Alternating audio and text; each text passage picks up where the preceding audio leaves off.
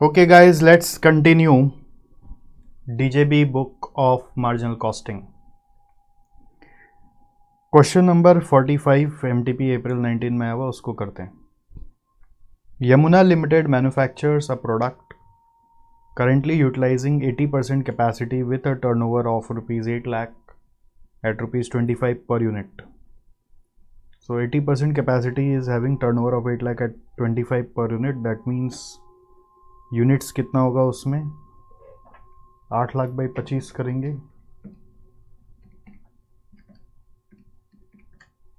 32,000.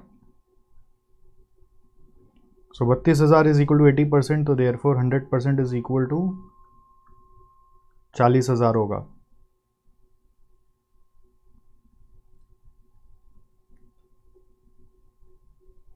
Material cost is 7.5, labour is 6.25. Semi variable cost में including variable cost of 3.75 per unit is 1,80,000. So इससे total variable cost per unit निकाल सकते हैं हम लोग 7.5 प्लस 6.25 प्लस 3.75. तो ये कितना आ रहा है देखो, 7.5 प्लस 6.25 प्लस 3.75 17.5 आ रहा है. फिर सेमी वेरिएबल है, उसमें वो टोटल 180 है, तो बाकी का फिक्स्ड कॉस्ट हो जाएगा 180 is semi variable cost is as good as total cost minus 3.75 variable cost है मल्टीप्लाइड बाई 32,000. 3.75 इंटू 32,000 माइनस 180 करके 60,000 आएगा. फिर बोल रहा है fix cost rupees 90,000 up to 80% level of output and beyond this an additional 20,000 will be incurred. तो एक और फिक्स कॉस्ट है, अनदर फिक्स कॉस्ट इज, ये सेमी वेरिएबल पार्ट से आया, और एक और फिक्स कॉस्ट दिया हुआ है विच इज़ 90,000 बेयर मिनिमम है अप टू 80% कैपेसिटी. अगर 80% से ज़्यादा जाओगे तो आपको 20,000 और इनकर करना पड़ेगा. सो क्लियर है डिटेल्स. सेलिंग प्राइस आपका 25 है, वेरिएबल कॉस्ट 17.5 है, फिक्स कॉस्ट 60,000 प्लस 90,000 तो लगेगा ही. अगर 80% से ज़्यादा जाओगे यानी 32,000 से ज़्यादा बनाओगे तो 20,000 और लगेगा. तो क्वेश्चन पूछ रहा है what is the activity level at break even point. Activity level मतलब आपको परसेंट में बताना पड़ेगा. जैसे 80% कैपेसिटी इज इक्वल टू 32,000 है, तो ब्रेक इवन निकाल कर उसको एक्टिविटी लेवल में कन्वर्ट करना है. मतलब परसेंट में कितना परसेंट ऑफ एक्टिविटी आप यूज़ कर रहे हो. 100% अगर 40,000 है तो कितना परसेंट एक्टिविटी यूज़ कर रहे हो. तो ब्रेक इवन पॉइंट के लिए क्वेश्चन यहाँ पे यही आता है कि फिक्स कॉस्ट फिर कौन सा लेंगे, 90,000 वाला लेंगे कि 60,000 वाला लेंगे कि दोनों लेंगे. तो इसका आंसर है दोनों लेंगे. ब्रेक इवन पॉइंट आप बेयर मिनिमम वाला लेंगे पहले, 60,000 प्लस 90,000 जोड़कर जो आ रहा है देखेंगे उससे आंसर क्या आ रहा है. Divide by contribution per unit होगा 25 माइनस 17.5. ठीक है, तो 1.5 lakh divided by 7.5. So this answer is coming 20,000 units. अब देखो ये आंसर सिंस 32,000 से कम है, ठीक है, तो हमारा जो फिक्स कॉस्ट 90,000 अज्यूम किया हुआ था वो करेक्ट है. दिस मीन्स हमारा फिक्स कॉस्ट जो अज्यूम किया हुआ था 90,000 वो करेक्ट था. बाई चांस अगर यहाँ पे ब्रेक इवन का आंसर 32,000 से ज़्यादा आ जाता तो हम लोग का फिक्स कॉस्ट बढ़ाकर 20,000 और जोड़कर फिर से ब्रेक इवन निकालना बनता था. ठीक है, सो अकॉर्डिंगली यहाँ 20,000 करेक्ट है. इस तरह का सम करने का तरीका क्या है, इस तरह का सम करने का तरीका है कि एक बार अज्यूम कर लो कि आपका ब्रेक इवन विद इन वो 80% कैपेसिटी रहेगा, तो उसके हिसाब से फिक्स कॉस्ट आपने 90,000 माना और उसके हिसाब से आपने 1.5 लाख बाई 7.5 करके 20,000 निकाला. तो ये सिंस आपके अजम्पशन को मीट कर गया, इसलिए ये आपके अजम्पशन को मीट कर गया, इसलिए क्या करोगे, ये सिंस आपके अजम्पशन को मीट कर गया इसलिए आपका आंसर जो है वो सही है. फिर ब्रेक इवन का एक्टिविटी लेवल निकालना है, तो activity level at break even point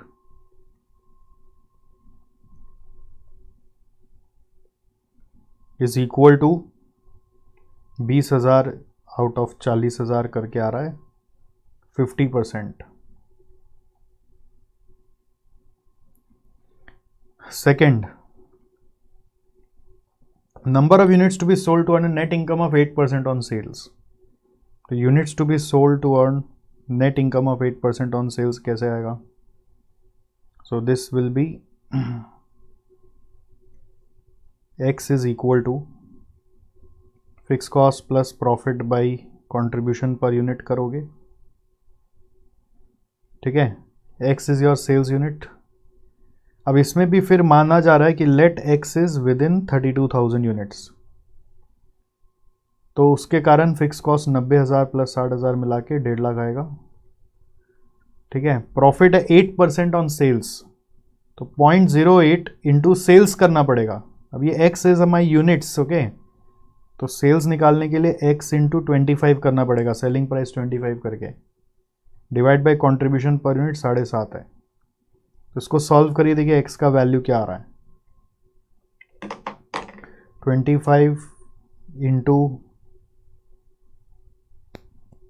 0.08 2, तो 7.5 माइनस 2 5.5, तो 1.5 लाख बाई 5.5 करने से आंसर आ रहा है 27273 यूनिट्स. देखो ये भी आपका अजम्पशन से मैच हो गया, तो आपको फिक्स कॉस्ट फिर से बढ़ाने का जरूरत नहीं है, आपका आंसर यही कंक्लूड हो जाएगा.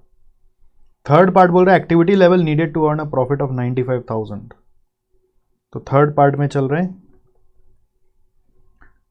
एक्टिविटी लेवल के लिए पहले यूनिट्स निकालते हैं. To earn profit of 90,000, to earn profit of 95,000, sorry. So this will be fix cost plus profit divided by contribution per unit. Again यही मान रहे हैं कि हमारा fix cost within 32,000 units का ही रहेगा. एक बार लेट करके कर रहे, लेट ये जो x आ रहा है, x is less than 32,000 units. मालूम नहीं उससे आंसर आएगा कि नहीं आएगा तो फिर से रिवाइज कर लेंगे. तो अकॉर्डिंगली x का वैल्यू क्या आएगा, देखो 1.5 लाख प्लस 95 बाई 7.5, तो x का वैल्यू क्या आ रहा है 150 प्लस 95 बाई 7.5 करके, ये देखो 32,000 पार कर गया. सो दिस मीन्स दैट आपका जो अजम्पशन था फिक्स कॉस्ट को लेके वो रॉन्ग हो गया. Therefore additional fix cost of 20,000 would be required, of 20,000 will be required. So accordingly revise calculation क्या होगा, x is equal to 170 plus 95 by 7.5,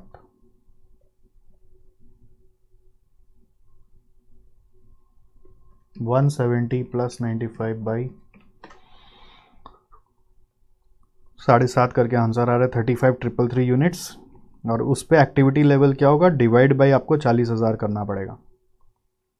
divide by 40,000 करेंगे 35,333 को, तो ये आंसर आ रहा है 88.33%. ठीक है. तो इस सम का कनेक्शन ऐसे ही बैठता है कि आपको पहले अज्यूम कर लेना है 32,000 से कम में आंसर है. अब उसी से अगर काम हो गया, जो आंसर आया वो 32,000 से कम में होता तो आपका काम हो गया था, बट ये ग्रेटर देन 32,000 आ गया, तो इसलिए अजम्पशन रॉन्ग हो गया, इसलिए फिक्स कॉस्ट ज़्यादा लगेगा. ठीक है. ऐसा सम पहले CMA में आया हुआ है. ठीक है. अभी CMA MTP में घुमा के पूछ लिया. CMA मतलब कॉस्ट अकाउंटेंट वाला डिग्री में. क्लियर है. और एक तरीका हो सकता है कि आप 32,000 पे ना, सिंस फिक्स कॉस्ट एक्स्ट्रा इनकर हो रहा है, उसके बाद 32,000 पे कंट्रीब्यूशन निकाल के चेक कर सकते थे. जैसे 32,000 इंटू 7.5 करेंगे तो आ रहा है 240 कंट्रीब्यूशन. उसमें से फिक्स कॉस्ट यदि आप माइनस करेंगे 1.5 लाख, तो प्रॉफिट कितनी आ रही है, 90,000 ही आ रही है. तो आपको चाहिए 95,000, तो आप बोल सकते हैं 32,000 से तो 90,000 ही कमा पा रहे हैं, तो 5,000 और कमाने के लिए मेरे को और एक्स्ट्रा यूनिट बेचना पड़ेगा. ठीक है. 5,000 और कमाने के चक्कर में 20,000 का फिक्स कॉस्ट भी लगेगा, तो 5,000 प्लस 20,000 मिला देंगे तो 25,000 रुपये और कमाना होगा. 25,000 बाई 7.5 करेंगे तो 333 4 बार 3 यूनिट्स आ रहा है, 3333. तो 32,000 तो पहले कमाया तो उससे 90,000 आया. 32,000 यूनिट्स बेच के 90,000 रुपया कमाया, और फिर 333 यूनिट्स से आपका काम बन जाएगा, यानी 35333 यूनिट्स होगा। ठीक है, फिर से बोलूँ एक बार, एक हो सकता था 32,000 यूनिट पे प्रॉफिट निकाल लो, वो आ रहा है 90,000, बट आपको चाहिए 95, तो 5,000 का शॉर्टफॉल हो रहा है। तो 5,000 और कमाने के लिए फिक्स कॉस्ट एक्स्ट्रा 20,000 भी लगेगा, तो टोटल कमाना पड़ेगा 25,000। तो 25,000 कमाने के लिए कितना यूनिट बेचना पड़ेगा, डिवाइड बाई 7.5 करके 33333 आ रहा है, और फिर फाइनल आंसर हो जाएगा 32,000 प्लस 33333, तो 35,333 आ जाएगा, या फिर हम जैसे कराए वैसे कर लीजिए। ठीक है, I hope it is clear. Is that clear? Yes brigadier. चलो 46 में आ जाओ, 46 में आ जाओ। ये क्वेश्चन अच्छा क्वेश्चन है। Messrs Gaurav Private Limited is manufacturing and selling two products, black and white, at selling price of 2030. Following sales strategy has been outlined for the financial year 1920. Sales planned for the year will be 81 lakh in case of black and 54 lakh in case of white. At the rate 20 है, at the rate 30 है. Selling price of black will be reduced by 10% and that of white by 20%. ठीक है, फिर बोल रहा है break even is planned at 70% of total sales of each product. Okay,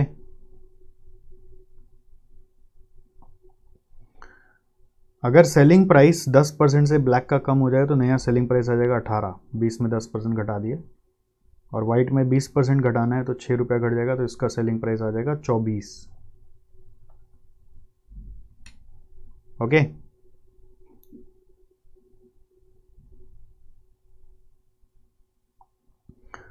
और अगर आपको 81 लाख और 54 लाख का सेल्स अचीव करना है तो आपको यूनिट्स अकॉर्डिंगली चेंज करना पड़ेगा। फिर बोल रहा है उसका 70% आप मान लो ब्रेक इवन है, तो 30% मार्जिन ऑफ सेफ्टी है। Profit for the year is to be maintained at 826 in case of black and 745 200 in case of white. Profit मालूम है और एमओएस मालूम है, तो पीवी रेशियो आ जाएगा। This would be possible by reducing the present annual fix cost of 42 lakh allocated as 22 lakh to black and 20 lakh to white. बोल रहा है अभी 42 लाख को 22 और 20 में डिवाइड कर रखे हैं। क्वेश्चन बोल रहा है कैलकुलेट करो number of units to be sold for black and white to break even during the year, और दूसरा बोल रहा है amount of reduction in fix cost product wise to achieve desired profit mentioned in 4 above. तो पहले break even अगर हम करें, बहुत ईजी लग रहा है मेरे को, ब्लैक और वाइट ऐसे किया हुआ होने से ईजी लगता है, मेरे को ईजी लगेगा मेरा किया हुआ है, का नहीं किया हुआ है ना आपको थोड़ा टफ लगेगा। तो आपको सेल्स टारगेट जो अचीव करना है वो दिया हुआ है 81 लाख और 54 लैक्स। रिवाइज सेलिंग प्राइस घटा के था 18 और 24, तो units to be sold 81 lakh by 18 करेंगे कितना आएगा, 4.5 लाख। 54 लाख बाई 24 करेंगे कितना आएगा, 225। फिर ब्रेक इवन सेल्स आप लेंगे 70% के हिसाब से, 4.5 लाख का 70%, 315 और 2,25,000 का 70%, 157,500। तो ये यूनिट्स आ गया आपका ब्रेक इवन सेल्स का। तो ये क्वेश्चन में पूछा था, ये फर्स्ट पार्ट हो गया हमारा। अब सेकेंड पार्ट के लिए आपको जो रिडक्शन इन फिक्स कॉस्ट पूछ रहा है कि नया फिक्स कॉस्ट क्या होगा वो बताइए, उसके लिए आपको जाना चाहिए एमओएस ले लेना चाहिए पहले। MOS in units, MOS in units आपका 30% हो जाएगा, बट आप यूनिट से काम नहीं कर पाओगे, पीवी रेशियो लेना है आपको, तो एमओएस इन रुपीज़ ले लीजिए। दैट विल बी इस सेल्स का, सेल्स रेवेन्यू का 30%, तो 81 लाख का 30% होगा 24-30, और 54 लाख का 30% होगा तो 16-20। सर एमओएस क्यों निकाला? ब्रेक इवन सेल्स रेशियो मालूम है तो एमओएस आ जाएगा, एमओएस से और प्रॉफिट से पीवी रेशियो आ जाएगा। ठीक है, पीवी रेशियो और सेल्स से कंट्रीब्यूशन आ जाएगा, फिर कंट्रीब्यूशन और प्रॉफिट से नया फिक्स कॉस्ट आ जाएगा। पुराना ये वाला फिक्स कॉस्ट को यूज़ नहीं करना है, इससे बस खाली चेक करना है कि कितना फिक्स कॉस्ट चेंज हो रहा है। तो एमओएस इन रुपीज़, फिर प्रॉफिट क्वेश्चन में मालूम है प्रॉफिट कितना बोल रहा है, 826,200 और 745,200, 826,200 और 745,200। फिर पीवी रेशियो मालूम है 826,200 बाई 2430, 34% आ रहा है। ये आपको पता होना चाहिए कि एमओएस इज इक्वल टू होता है प्रॉफिट बाई पीवी रेशियो। तो इस फॉर्मूला से हम लोग पीवी रेशियो पता कर रहे हैं। 745,200 बाई 1620, इससे आंसर आ रहा है 46%।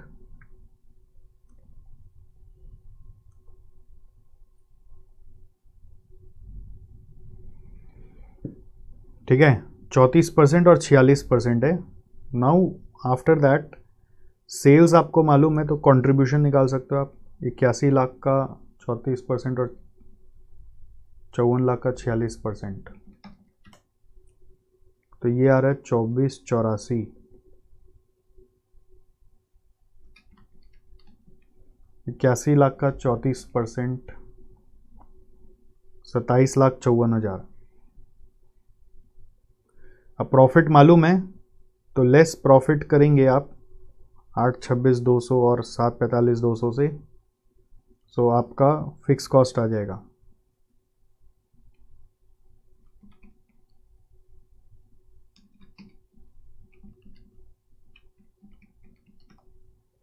ये आ रहा है 1927,800 और यहाँ पे आ रहा है 2484 माइनस 745,200 करके 1738,800।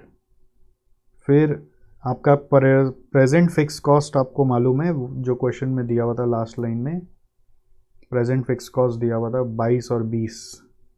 तो इन दोनों को कंपेयर करके हम लोगों का आ जाएगा कितना से फिक्स कॉस्ट रिडक्शन होना है। Reduction in fix cost 22 lakh minus 1927,800 करके आ रहा है 272,200 और यहाँ पे 20 लाख माइनस 1738,800 करके आ रहा है 261,200।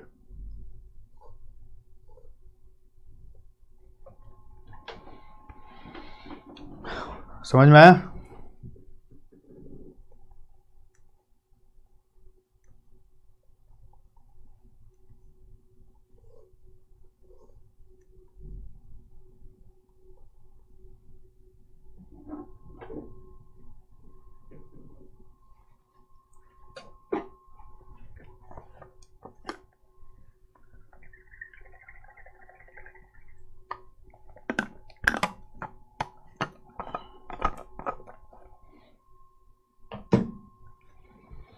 इस सब में मिस्टेक क्या होता है दोस्त, कि हम लोग जनरली है ना ये फिक्स कॉस्ट को यूज़ करने लग जाते हैं कैलकुलेशन करने के लिए।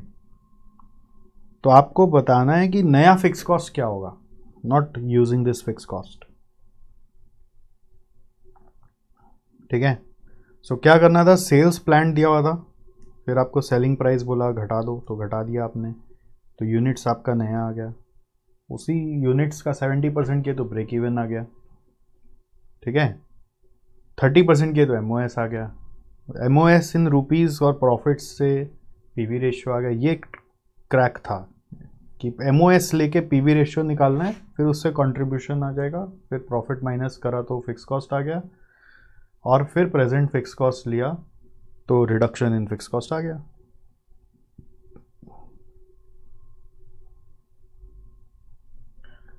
Now next, what are the limitations of marginal costing. Limitations of marginal costing, ये एक थ्योरी क्वेश्चन है। इसके साथ अगर आप अजम्पशंस ऑफ मार्जिनल कॉस्टिंग को रिलेट करके पढ़ेंगे आपको इजी लगेगा। अजम्पशन का अपोजिट लिखना है लिमिटेशन में, तो आप बाद में आएगा एक अजम्पशन का क्वेश्चन, उसको भी देखिएगा। मार्जिनल कॉस्टिंग का लिमिटेशन ये है कि उसका जो अजम्पशन है वो वैलिड नहीं है। सो पहला है कि ये क्लासीफाई करने में दिक्कत हो जाता है, फिक्स्ड एंड वेरिएबल एलिमेंट। ठीक है, ब्रेक नहीं हो पाता, की फैक्टर पे हम डिपेंडेंट है। सिंस हम लोग फिक्स कॉस्ट को कॉस्ट का पार्ट नहीं बना रहे तो वेरिएबल कॉस्ट को ही कॉस्ट का पार्ट बनाकर बेच रहे हैं। तो कई बार सेल्स टीम यही सोचता है कि वेरिएबल कॉस्ट ही आपका टोटल कॉस्ट है, तो अकॉर्डिंगली वो प्राइसिंग करके बेचना शुरू कर देता है। तो पता चलता है फ्यूचर में आप उतना प्रॉफिट कमा ही नहीं पाए कि आपका फिक्स कॉस्ट पेमेंट हो गया। तो scope for low profitability, sales staff should be cautioned while giving marginal cost. Faulty valuation मतलब इन जनरल आपका जो वर्क इन प्रोग्रेस है उसमें आप फिक्स्ड ओवरहेड्स तो इंक्लूड नहीं करोगे बिकॉज मार्जिनल कॉस्टिंग चल रहा है, तो इसलिए आपको overheads of fix nature can not all together be excluded, ये ध्यान रखना पड़ता है। बट मार्जिनल कॉस्टिंग एक्सक्लूड करके चल रहा है, ये प्रॉब्लम है इसका। नेक्स्ट, कॉस्ट जनरली अनप्रेडिक्टेबल होता है रियल वर्ल्ड में, बट मार्जिनल कॉस्टिंग अज्यूम करता है कि फिक्स कॉस्ट हमेशा सेम है, वेरिएबल कॉस्ट पर यूनिट हमेशा सेम है, जो रियल वर्ल्ड में होता नहीं है।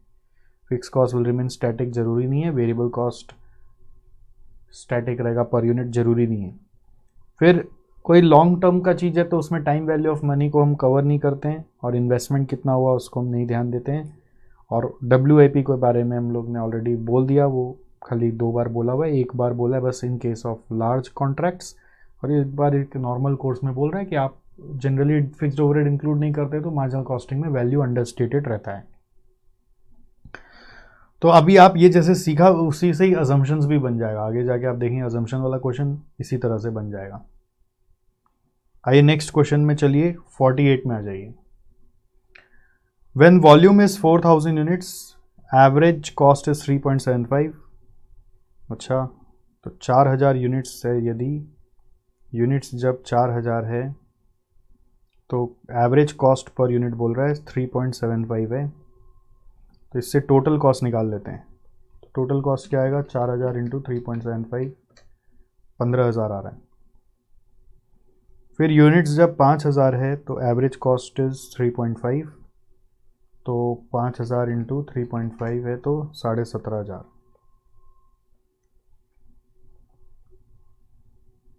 ठीक है। फिर break even point is 6000, break even दिया हुआ है 6000 यूनिट का, बोल रहा है variable cost per unit, fix cost and PV ratio बताओ। बता देंगे, बट पहले जैसे आपको ये समझ में आ गया होगा यूनिट्स और टोटल कॉस्ट मालूम पड़ रहा है, तो वेरिएबल कॉस्ट पर यूनिट कैसे निकालते हो आप, सेमी वेरिएबल कॉस्ट एनालिसिस में सीखा हुआ ना, change in total cost by change in units. तो चेंज इन टोटल कॉस्ट है 2500 और चेंज इन यूनिट्स है 1000, तो ये आंसर आ रहा है 2.5। फिर फिक्स कॉस्ट कैसे निकालोगे, कोई भी एक वॉल्यूम ले लोगे, 15000 टोटल कॉस्ट है माइनस 4000 यूनिट्स पर 2.5 करके आपका वेरिएबल कॉस्ट आएगा 10,000, तो फिक्स कॉस्ट आ रहा है 5,000। फिर थर्ड है PV ratio,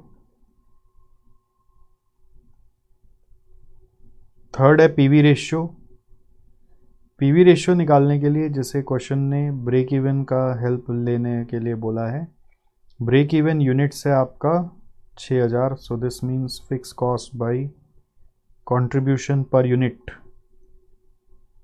fix cost by contribution per unit is equal to 6000, fix cost आ चुका है 5000 रुपया, divided by contribution per unit is equal to 6000 आ रहा है। तो इससे कंट्रीब्यूशन पर यूनिट निकल आया, कंट्रीब्यूशन पर यूनिट 0.833 आ रहा है, 0.833। ठीक है, तो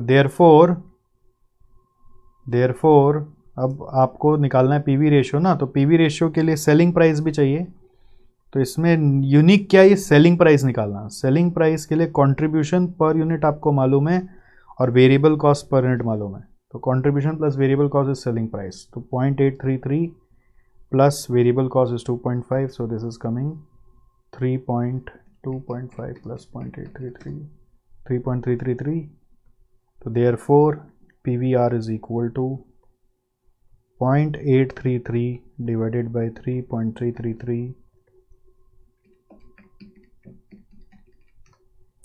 25% आ रहा है। तो मुझे लगता है ये सेलिंग प्राइस में बच्चा खो जाता है, सेलिंग प्राइस नहीं मिला, ये कैसे आएगा।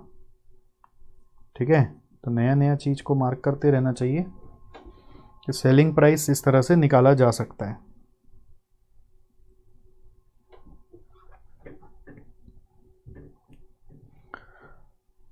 ऑलराइट, नेक्स्ट क्वेश्चन में आ जाइए।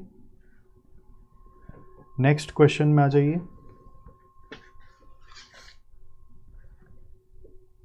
A Limited manufacture and sells its product R9. The following figures have been collected from cost records of last year for the product R9. Direct material is 30% of COGS. Direct labor is 15% of COGS. Factory overhead is 10%. Okay, ये सब variable और fix cost का portion दिया हुआ है। Admin overhead है, selling overhead है, ठीक है। Last year 5000 units were sold at 185 per unit, तो ये सेल्स वैल्यू आ जाएगा इससे।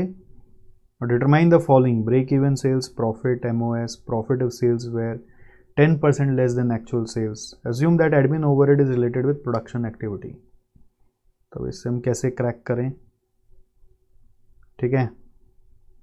कुछ इक्वेशन वगैरह बनाना पड़ेगा लग रहा है, जैसे direct material plus direct labour plus factory overhead plus admin overhead लेकर कॉस्ट ऑफ गुड्स सोल्ड होता है, ठीक है। तो सबको COGS के रिस्पेक्ट में एक्सप्रेस कर देंगे। ये है 0.3 ऑफ COGS। COGS को मान लो x, let COGS is x। तो ये है 0.3x, ये 0.15x। फैक्ट्री ओवरहेड है वेरिएबल पार्ट का 10% ऑफ COGS यानी 0.1x प्लस 2,30,000। एडमिन ओवरहेड है 2% ऑफ COGS तो 0.02x प्लस उसका 71,000 फिक्स पार्ट है इज इक्वल टू x। ये इस सम का यूनिक वर्किंग था। इसको सॉल्व करो, देखो x क्या आ रहा है। 0.3, 0.15, 0.1, 0.02।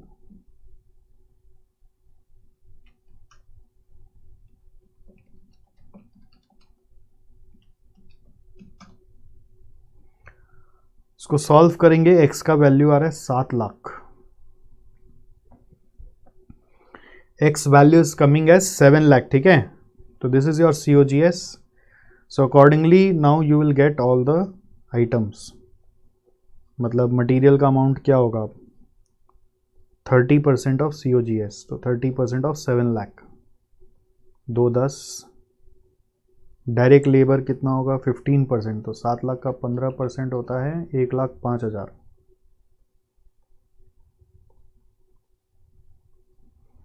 फिर फैक्ट्री ओवरहेड में वेरिएबल फैक्ट्री ओवरहेड होगा 10% ऑफ COGS यानी कि 10% ऑफ 7 लाख, तो ये आ रहा है 70,000।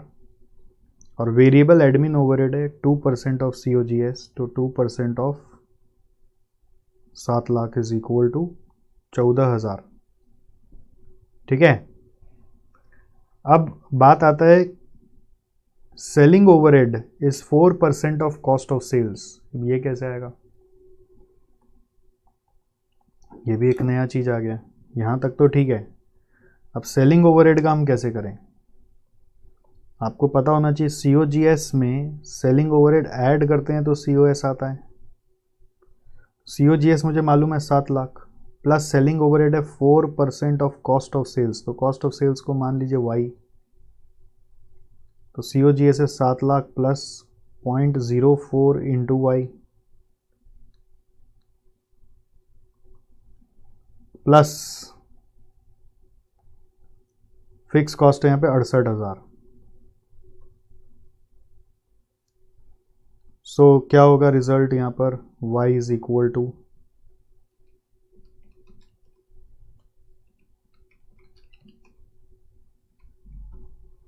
ये देखो y आ रहा है 8 लाख, तो this is your cost of sales now. So 8 lakh का 4% से वेरिएबल सेलिंग ओवरहेड आ जाएगा 4% ऑफ 8 लाख करके, ये है 32,000, ठीक है। तो टोटल वेरिएबल कॉस्ट निकल आएगा यहाँ से 210, 1,05,000, 70, 14, 32, 431 आ रहा है। और टोटल फिक्स कॉस्ट यदि हम निकाले तो नोट नंबर 4 में जाके टोटल फिक्स कॉस्ट अगर हम निकाल ले तो एक 230 है, फिर ऊपर में देख रहा हूँ मैं 71 है, फिर मेरा 68 है। तो 230, 71 और 68 जोड़ के आ रहा है 369।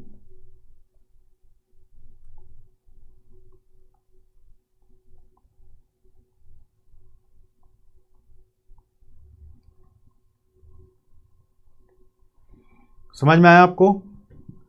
ये अच्छा वर्किंग था ना, यही सम का ब्यूटी था। अब वेरिएबल कॉस्ट मिल गया, फिक्स कॉस्ट मिल गया, यूनिट्स कितना है वो देख लेते हैं अगर मिल जाए तो।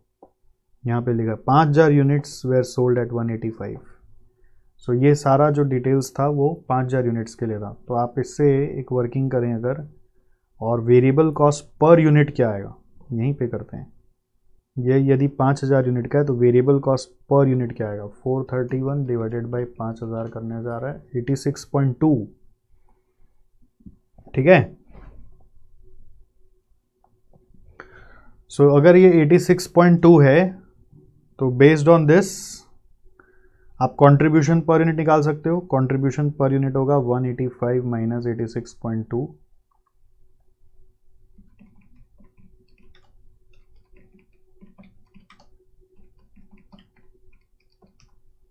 98.8। तो देयरफॉर ब्रेक इवन आ जाएगा। फर्स्ट पार्ट होने को आ गया। First part break even sales fix cost by contribution per unit. अच्छा रुपीज़ में पूछा है तो जो भी आंसर आएगा उसको फिर मैं यूनिट्स में ले जाऊंगा, मैं रुपीज़ में ले जाऊंगा, या फिर आप पीवी रेशियो निकाल के भी कर सकते हो। पीवी रेशियो निकालोगे तो क्या आएगा 98.8 बाई 185, 98.8 बाई 185 कर लो तो ये आ रहा है 53.41। तो डायरेक्ट फिर आपका ब्रेक इवन सेल्स रुपीज़ में ही आ जाएगा। So fix cost by PV ratio करना है। फिक्स कॉस्ट था हमारा टोटल 369, तो 369 डिवाइडेड बाई 53.41। देखो खुद से करने से आपको फ़ायदा होगा ना, ऐसे आप खाली आंसर चेक करेंगे कोई फ़ायदा नहीं है। एक बार खुद से घाट के आओ, तो नहीं हो तो चेक करो कि सर का प्रोसेस देखें सर कैसे कराएं। 690 881 882। सेकेंड है profit earn during last year. Profit निकल जाएगा, कंट्रीब्यूशन पर यूनिट मालूम है तो टोटल कंट्रीब्यूशन निकाल लीजिए 98.8 इंटू 5000। तो 98.8 इंटू 5000 करके आ रहा है 494 less fix cost, less fix cost is 369। तो प्रॉफिट आ रहा है 125। थर्ड पार्ट बोल रहा है एमओएस। तो एमओएस इन परसेंट पूछा है, बट पहले आप इन रुपीज़ निकाल लीजिए। रुपीज़ होगा प्रॉफिट बाई पीवी रेशियो। तो 1,25,000 बाई 53.41 डिवाइडेड बाई 53.41 करके 234,039 234,039। ठीक है। फिर नंबर 4, अच्छा परसेंट में निकाला है ना एमओएस इन परसेंट। तो परसेंट में जाने के लिए मेरे को टोटल सेल्स से डिवाइड करना पड़ेगा। तो टोटल सेल्स हमारा था 5000 यूनिट का 185 करके।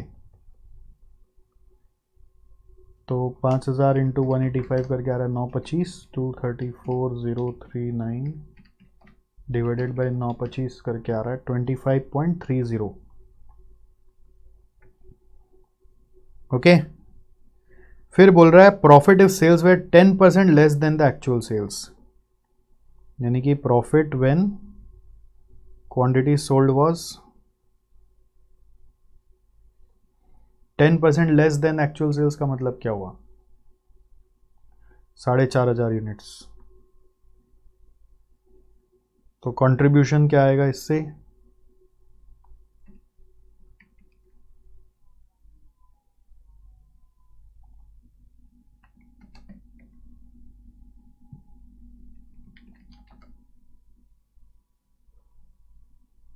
contribution is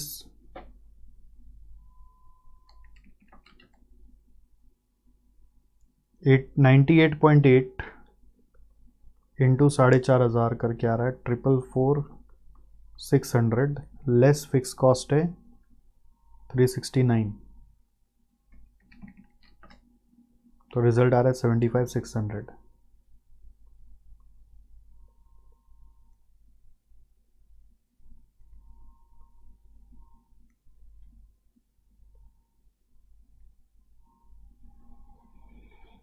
अब इंस्टीट्यूट जैसे भी किया वो आप अपना देखते रहिए, आंसर मैच होना चाहिए। इसमें ये रूल नहीं होता है कि इंस्टीट्यूट का फॉर्मेट मैच होना चाहिए, आंसर मैच होना चाहिए, वो जैसे भी बायां दायां कर रहा हो। आइए 75,600 आ रहा है, देख लीजिए। 50 नंबर में चलिए। Company gives the following information, MOS, total cost, ये फाइनल में आता था ये क्वेश्चन, घुसा दिया यहाँ पे। फिर MOS in quantity, break even sales in units, तो इन दोनों को जोड़कर आ जाएगा total sales which is 20,000 units. फिर देखो एमओएस इन रुपीज़ और एमओएस इन यूनिट्स दिया हुआ है, तो इससे आ जाएगा एमओएस इन यूनिट्स और रुपीज़ से सेलिंग प्राइस पर यूनिट, क्योंकि एमओएस इन रुपीज़ कैसे आता है, वो आता है MOS in units into selling price करके। तो यूनिट्स मालूम है मेरे को और रुपीज़ भी मालूम है, तो 7.5 लाख बाई 15,000 करूँगा, तो ये आ रहा है 50 रुपया। फिर टोटल कॉस्ट बता रहा है 775, तो ठीक है, इन दोनों का डिटेल से सेल्स आ जाएगा। टोटल सेल्स देखो 20,000 यूनिट का 50 रुपया करके 10 लाख आ रहा है टोटल सेल्स इन रुपीज़। और अगर टोटल कॉस्ट मेरे को मालूम है 775, तो इससे प्रॉफिट आ जाएगा 10 लाख माइनस 775, 225 आ रहा है। आगे बढ़ते हैं। सेलिंग प्राइस पर यूनिट, ये आ गया था एमओएस से 25 रुपये, 25 है ना, 15 है, अभी तो निकाला, 50 रुपये है। 7.5 लाख बाई 15,000 करके 50 रुपीज़ प्रॉफिट अभी अभी निकाला मैंने। 50 इंटू 10 20,000 करके 10 लाख माइनस जो टोटल कॉस्ट दिया हुआ था वो था 775, तो ये आ रहा है 2,25,000। अब पीवी रेशियो निकालने बोल रहा है, तो पीवी रेशियो का देखो, प्रॉफिट और पीवी रेशियो का एक रिलेशनशिप है एमओएस के साथ। एमओएस का एक रुपीज़ का एक और फॉर्मूला होता है, it is equal to profit by PV ratio. तो हमको प्रॉफिट मालूम है और एमओएस इन रुपीज़ मालूम है, तो पीवी रेशियो आ जाएगा। So MOS is equal to profit by PVR भी होता है। So what you can say is MOS is your 7.5 lakh is equal to 225 by PVR. PVR is equal to 225 by 7.5 lakh, 30%। फिर break even sales in rupees,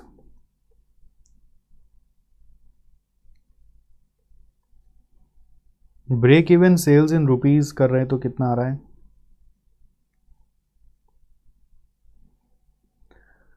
break even sales units वाला आपको मालूम है वो है 5,000 और सेलिंग प्राइस पर यूनिट मालूम है 50, तो ये आ रहा है 2.5 लाख। फिक्स कॉस्ट निकालना है, तो break even sales in rupees मालूम है, तो break even sales in rupees का फॉर्मूला आपको पता होना चाहिए, fix cost by PV ratio.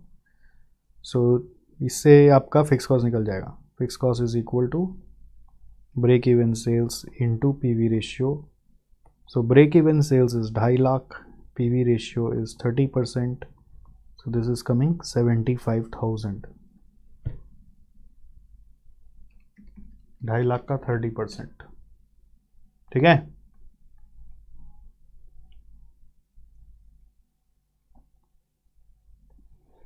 चलो आगे बढ़ते हैं, आइए नेक्स्ट क्वेश्चन में चलिए।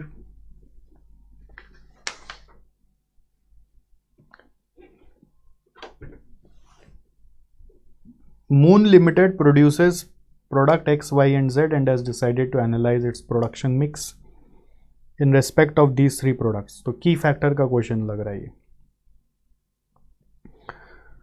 मटेरियल दिया हुआ है, वेरिएबल ओवरहेड दिया हुआ है, डायरेक्ट लेबर में रेट पर आवर और hour per unit of X Y देकर एक्स वाई जेड देकर आपको दिया हुआ है. तो इससे डायरेक्ट लेबर कॉस्ट निकालना पड़ेगा आपको.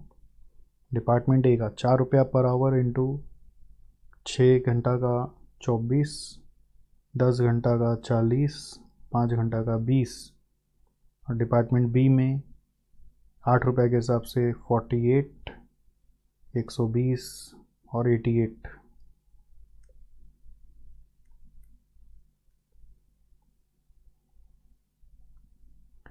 For the current budget, the further details are as below. Annual production at present is 10, 12 और 20. Estimated selling price per unit is 312, 400 और 240. Sales department estimate of possible sales in the coming year is 12,000, 16,000 and 24,000. तो production है 10,000 और sales possible बोल रहा है 12,000. Production हो रहा है अभी 12, सेल्स है 16, प्रोडक्शन हो रहा है अभी 20, सेल्स है पॉसिबल 24. ये मैक्सिमम कर सकते हैं आप. There is a constraint on supply of labour in department A and its man power can not be increase beyond its present level. तो ये एक नया चीज़ है. डिपार्टमेंट ए का सप्लाई लिमिटेड है और उसका आप कैपेसिटी प्रेजेंट लेवल से बढ़ा नहीं सकते. तो इसका मतलब ये की फैक्टर है. तो देयरफॉर आपको पता करना पड़ेगा कि total hours available in department A कितना है. ठीक है, वो आपको प्रेजेंट कैपेसिटी से यूज़ करके निकालना पड़ेगा. This is equal to present production multiplied by hour per unit आपको करके ऐड कर लेना है.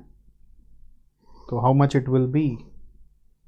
सो प्रेजेंट प्रोडक्शन 10,000 है इंटू आवर पर यूनिट है 6, आवर पर यूनिट है हाँ यहाँ पे 6, तो 60,000 प्लस 60,000 के बाद 12,000 इंटू 10 करना है. 60,000 कैसे आया, 6 इंटू 10,000 करके आया, प्लस 10 इंटू 12,000 प्लस 5 इंटू 20,000. 60, 1, 20 और 1 2,80,000.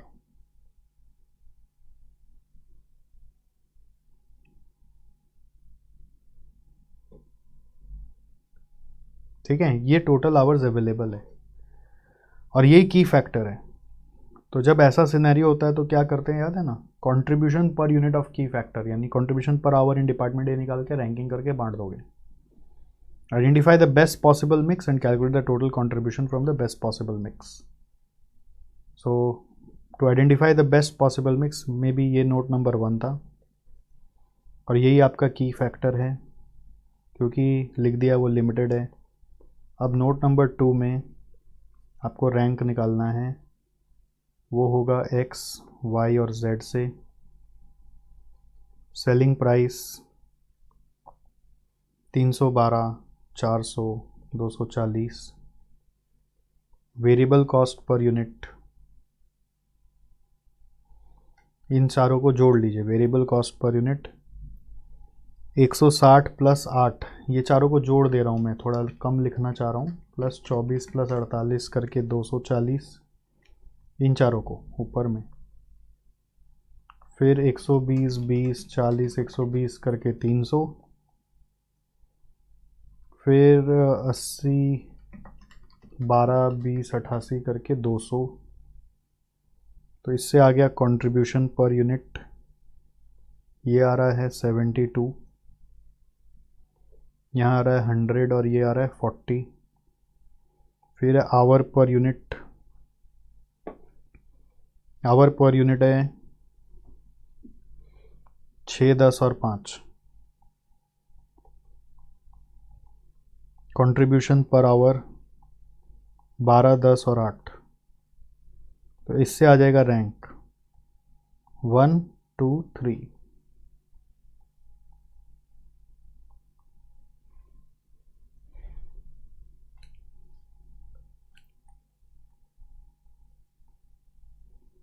ठीक है।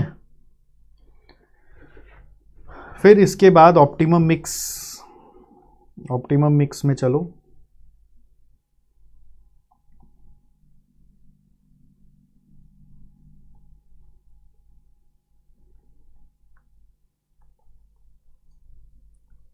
अब आप पार्ट 1 में मिक्स बना दोगे, यहाँ पे जगह नहीं लग रहा है, उधर बना लेते हैं।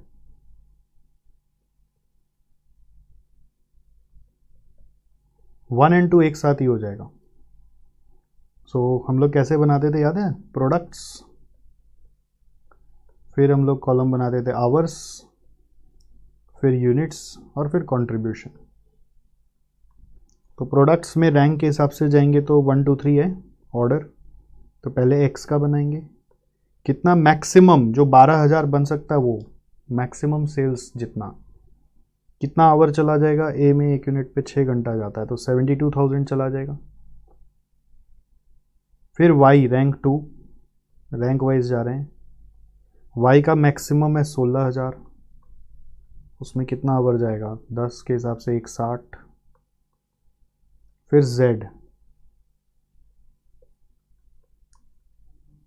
टोटल आवर्स आपके पास 280 है, तो 280 माइनस 160 माइनस 72 करके आ रहा है 48।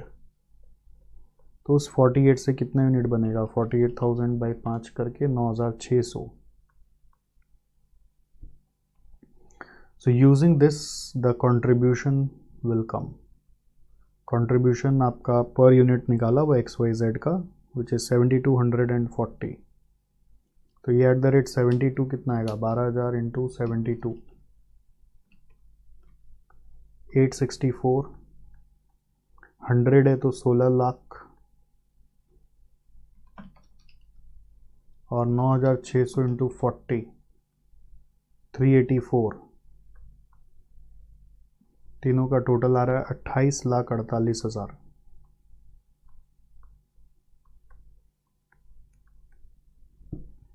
हुआ? सो this is how this question will be solved. 51 is over. तो मेन था इसमें की फैक्टर है, ठीक है।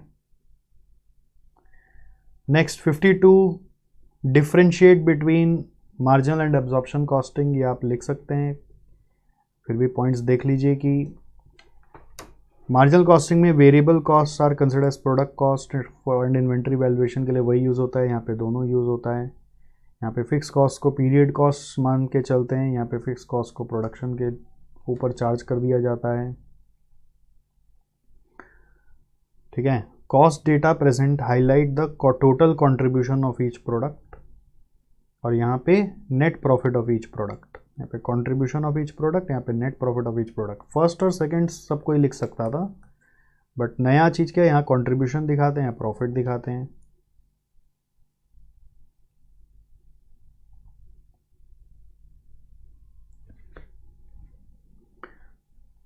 ठीक है। फिर एक पॉइंट है, difference in magnitude of opening stock and closing stock does not affect the unit cost of production. Magnitude मतलब होता है अमाउंट, क्वांटिटी, अमाउंट माने quantity. Difference between opening stock और क्लोजिंग स्टॉक का अमाउंट या quantity does not affect the unit cost of production, but यहाँ पे difference in magnitude of opening stock and closing stock affects the unit cost of production due to the impact of related fix cost. Basically क्या है, ज़्यादा बनाने से fix cost per unit कम हो जाता है, तो उसके कारण कॉस्ट कम हो जाता है। बट यहाँ पे ज़्यादा बनाने से कुछ फ़र्क नहीं पड़ेगा फिक्स कॉस्ट पे, क्योंकि फिक्स कॉस्ट को तो यहाँ पीरियड कॉस्ट माना जाता है। In case of marginal costing the cost per unit remain same irrespective of production as it is valued at variable cost. और यहाँ पे वही चीज़ है कि कॉस्ट पर यूनिट रिड्यूस हो जाता है बिकॉज फिक्स कॉस्ट आपका, ये दोनों एक ही जैसा है। पहला वाला वो difference in the magnitude of opening stock and closing stock का मतलब हो रहा है कि कितना आपने प्रोडक्शन किया, ठीक है, प्रोडक्शन को लेके बात करें। और यहाँ पे उसी चीज़ को समझाने के लिए मैंने ये पॉइंट का सहारा लिया कि फिक्स कॉस्ट पर यूनिट जैसे से ज़्यादा प्रोड्यूस करते हो वैसे से घटता है। तो वही बोल रहा है कि कॉस्ट पर यूनिट यहाँ पे वेरिएबल कॉस्ट खाली होता है बोलकर वो कांस्टेंट रहता है, यहाँ पे कांस्टेंट मिलेगा, और यहाँ पे ये घटता है, ज़्यादा प्रोड्यूस करने से ये रिड्यूस हो जाता है, reduces with increase in production। क्योंकि ज़्यादा प्रोड्यूस कर ले रहे सेम इंफ्रास्ट्रक्चर में, तो फिक्स कॉस्ट का डिवाइड बाई यूनिट्स करोगे तो कॉस्ट पर यूनिट कम आएगा, ज़्यादा यूनिट से डिवाइड करने से कॉस्ट पर यूनिट कम आता है। ठीक है, तो नॉर्मली फर्स्ट सेकंड तो आप लोग क्लास में सम्स के थ्रू ही सीख लेते हो। तो नया चीज़ में क्या है कि यहाँ पे कंट्रीब्यूशन दिखा रहे हैं, यहाँ पे नेट प्रॉफिट दिखा रहे हैं, यहाँ पे प्रोडक्शन का इम्पैक्ट क्या है, कोई इम्पैक्ट नहीं है, no impact on cost per unit, मतलब ज़्यादा प्रोड्यूस कर लो तो भी कॉस्ट पर यूनिट पे कोई असर नहीं पड़ेगा, बट यहाँ पे कॉस्ट पर यूनिट पे इम्पैक्ट पड़ेगा, इज इम्पैक्टेड। और क्या इम्पैक्ट पड़ता है कि ज़्यादा प्रोड्यूस करने से कॉस्ट पर यूनिट घट जाता है। दोनों को कंबाइन करके भी एक पॉइंट आप बना सकते हैं, दोनों एक जैसा ही है। चलो आओ next. During a particular period ABC limited has furnish the following data, sales 10 lakh, PV ratio है, कंट्रीब्यूशन टू सेल्स रेशियो माने पीवी रेशियो, और एमओएस दिया हुआ है 25% of sales. A decrease in selling price and a decrease in fixed cost could change the contribution to sales ratio to 30% and margin of safety to 40% of the revised sales. देखो current scenario क्या है उसको ठीक से समझते हैं। Current scenario में sales दिया हुआ है 10 लाख, पीवी रेशियो दिया हुआ है 37%, तो इससे कंट्रीब्यूशन आ जाएगा 370। ठीक है, और फिर बोल रहा है एमओएस 25% ऑफ सेल्स है। एमओएस यदि 25% है तो ब्रेक इवन सेल्स 75% हो गया, तो सेल्स मालूम है तो ब्रेक इवन सेल्स आ जाएगा 7.5 लाख। पीवी रेशियो 37% है तो फिक्स कॉस्ट आ जाएगा। फिक्स कॉस्ट अभी ऊपर वाला एक सम में भी हुआ था, कैसे break even sales is equal to fix cost by PV ratio, तो fix cost is equal to break even sales into PV ratio, तो 7.5 लाख इंटू 37% करेंगे तो मेरा फिक्स कॉस्ट आ गया 277,500। कंट्रीब्यूशन माइनस फिक्स कॉस्ट करेंगे तो प्रॉफिट आ गया -370, 370 माइनस 277,500 करके आ रहा है 92,500। ये प्रेजेंट सिनेरियो है। Current scenario. प्रोपोज सिनेरियो क्या बोल रहा है? बोल रहा है प्राइस घटेगा तो फिक्स कॉस्ट और फिक्स कॉस्ट भी घटेगा, could change contribution to sales ratio to 30%।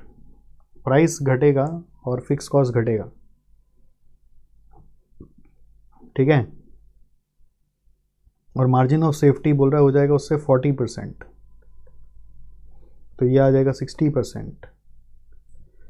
तो देखो चक्कर क्या है, प्राइस घटेगा और फिक्स कॉस्ट घटेगा तो मेरा सेल्स चेंज होगा और फिक्स कॉस्ट घटेगा, ये भी चेंज होगा। तो आपको बताना क्या है, रिवाइज्ड फिक्स कॉस्ट क्या होगा, रिवाइज सेल्स क्या होगा ये बताना है, रिवाइज फिक्स कॉस्ट बताना है और नया ब्रेक इवन सेल्स निकालना है। तो इसको करने का तरीका क्या है, इसमें देखो यहाँ पे ब्रेक इवन कंट्रीब्यूशन और सेल्स मालूम है तो आप इससे बोल सकते हो वेरिएबल कॉस्ट कितना आ रहा है। वेरिएबल कॉस्ट आ रहा है 6,30,000। ये यहाँ पे की है to solve your question. Variable cost है 630,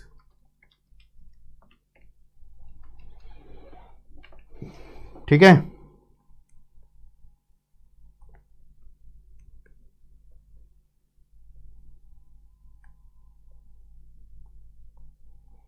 नाउ बेस्ड ऑन दिस, ये अगर 630 है तो देखो सेल्स चेंज हो गया है तो सेल्स कॉपी नहीं कर पा रहे, सेल्स चेंज हो गया तो कंट्रीब्यूशन भी कॉपी नहीं होगा, बट वेरिएबल कॉस्ट चेंज नहीं हो रहा है यहाँ पे, ये इस सम का की है। तो वेरिएबल कॉस्ट कोई वॉल्यूम, तो वेरिएबल कॉस्ट कब चेंज होता है, वॉल्यूम बढ़ता है घटता है तब। वॉल्यूम तो इन लोग चेंज नहीं कर रहा ना, डिक्रीज इन प्राइस और डिक्रीज इन फिक्स कॉस्ट हो रहा है, तो वॉल्यूम चेंज नहीं हो रहा, तो वेरिएबल कॉस्ट आपका यहाँ पर 630 रहेगा, ठीक है। अगर वेरिएबल कॉस्ट यहाँ पर भी 630 है, यहीं से सम क्रैक होगा। तो आपको ये पता होना चाहिए कि जब पीवी रेशियो 30% है तो सेल्स जब 100 होगा, ये 30 होगा कंट्रीब्यूशन और वेरिएबल कॉस्ट हो जाएगा 70। ये समझ में आ रहा है आपको? अगर सेल्स 100 होगा तो कंट्रीब्यूशन आपका 30 आएगा, पीवी रेशियो सिंस 30% है, तो इसी से पता चल रहा है कि आपका वेरिएबल कॉस्ट 70 आएगा। तो 630 इज इक्वल टू 70%। अगर 70 बराबर 630 तो 100 बराबर क्या होगा? डिवाइड बाय 70 इंटू 100 करके आ रहा है 9 लाख।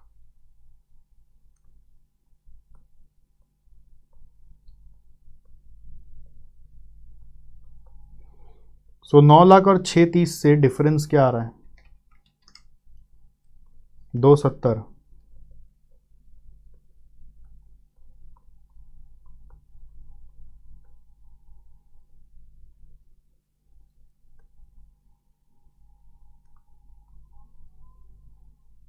राइट, 9 लाख और 630 से कंट्रीब्यूशन आ गया 270। बस अब धड़ धड़ करके हो जाएगा। सेल्स 9 लाख पता चल गया है, ब्रेक इवन सेल्स 60% है, तो 60% ऑफ 9 लाख करेंगे, ब्रेक इवन सेल्स आ जाएगा 540, और 540 और पीवी रेशियो से आपका फिक्स कॉस्ट आ जाएगा इंटू 30% करके 162। देखो ये खत्म हो गया। ठीक है, दिस इज द आंसर। इसका सॉल्यूशन अभी यहाँ पे छपा हुआ नहीं है, आपके पास नया बुक आएगा तो उसमें छपा हुआ होगा।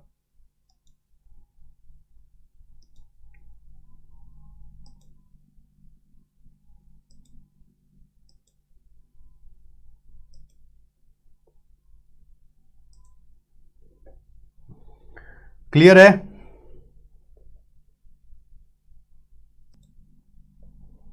आइए आगे बढ़ते हैं। क्वेश्चन नेक्स्ट में आ जाइए। Two manufacturing companies A and B are planning to merge. तो ये मर्जर वाला डिटेल है। The details are as follows. Capacity utilisation 90% और 60% आपको दिया हुआ है, ये दोनों कंपनी का। सेल्स अपने कैपेसिटी पर होगा, वेरिएबल कॉस्ट दिया हुआ है, फिक्स कॉस्ट दिया हुआ है, ये रुपीज़ होगा यहाँ पे। Assuming that the proposal is implemented.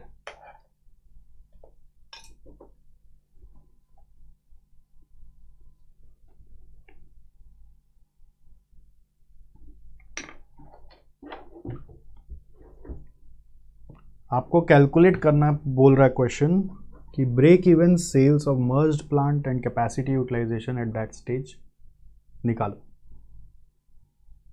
तो बहुत आसान है, इसका एक ही ट्रिक होता है इस तरह का सम्स का, कि सबसे पहले आप 100% कैपेसिटी पर जाकर, ठीक है,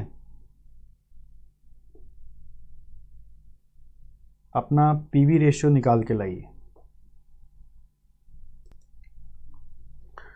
तो इसमें देखो, मैं वापस बोलता हूँ कि आपको करना क्या होता है कि break even sales of merge plant निकालने के लिए सबसे पहले एक कंबाइंड पीवी रेशियो चाहिए होता है एट 100% कैपेसिटी। ये इस सम का ट्रिक होता है। अगर ये आपको निकालना आ गया तो फिर सब कुछ हो जाता है इस सम में। तो क्वेश्चन ये बोलता नहीं चला के कि आपको ऐसा करना है। तो ए है, बी है, उसका टोटल है कंबाइंड, कंबाइंड माने मर्ज प्लांट। फिर सेल्स होगा 63 लाख इज एट 90%, तो 63 लाख बाई 90% करके 70 लाख आ रहा है 100% पे। 48 लाख डिवाइड बाई 60% करके 80 लाख आ रहा है 100% पे, तो टोटल आ रहा है 150 लाख। ये सब एट 100% हम लोग कर रहे हैं। वैसे ही वेरिएबल कॉस्ट चेंज करेंगे, 39, 60, 90% पे, तो डिवाइड बाई 90% करने से 44 लाख आ रहा है। 22, 50 डिवाइड बाई 60% करने से 37,50,000 आ रहा है, 81.5 लाख। कंट्रीब्यूशन आएगा 26 लाख। 80 माइनस 37.5 से यहाँ आ रहा है 42.5 लाख, 68.5 लाख।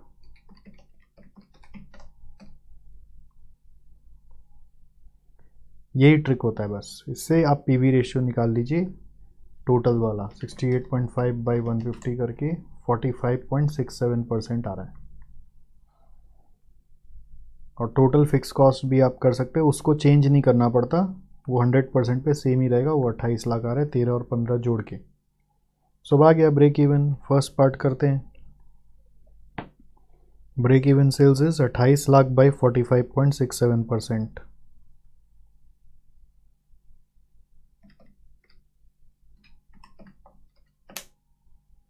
तो ये आ रहा है ₹61,31,387।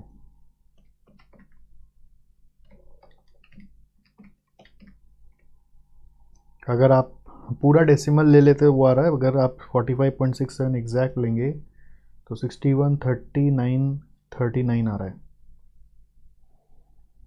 ठीक है, फिर पूछ रहा है capacity utilisation at that stage. तो कैपेसिटी यूटिलाइजेशन कितना हो रहा है?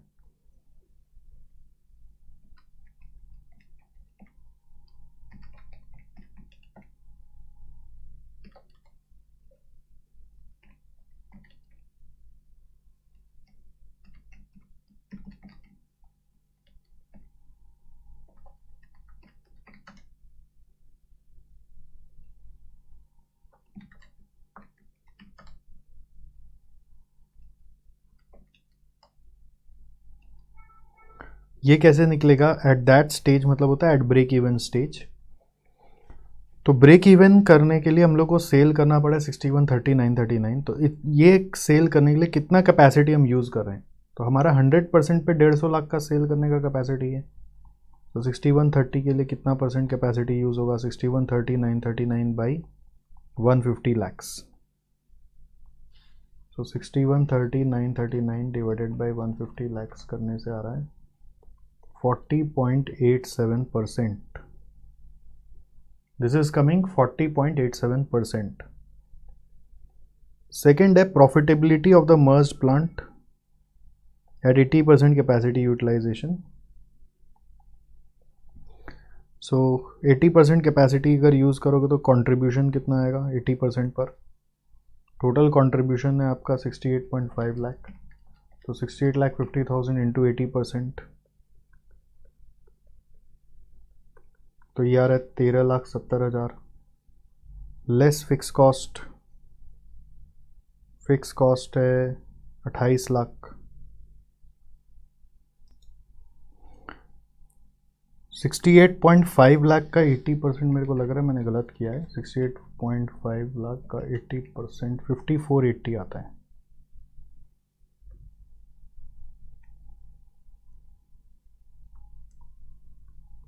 ₹5480, उसमें से 28 लाख घटा दीजिए।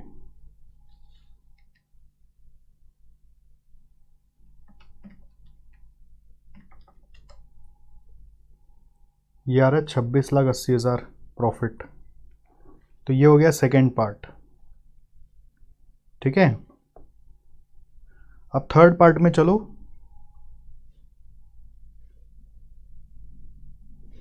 बोल रहा है sales turnover to earn profit of 60 lakhs. So third part क्या होगा? Sales turnover to earn a profit of 60 lakhs means fix cost is 28 lakh, profit is 60 lakh divided by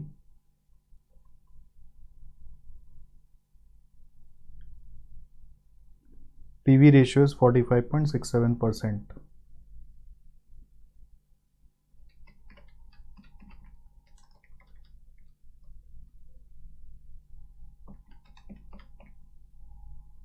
So this is 192,68,666. ठीक है, 192,68,666.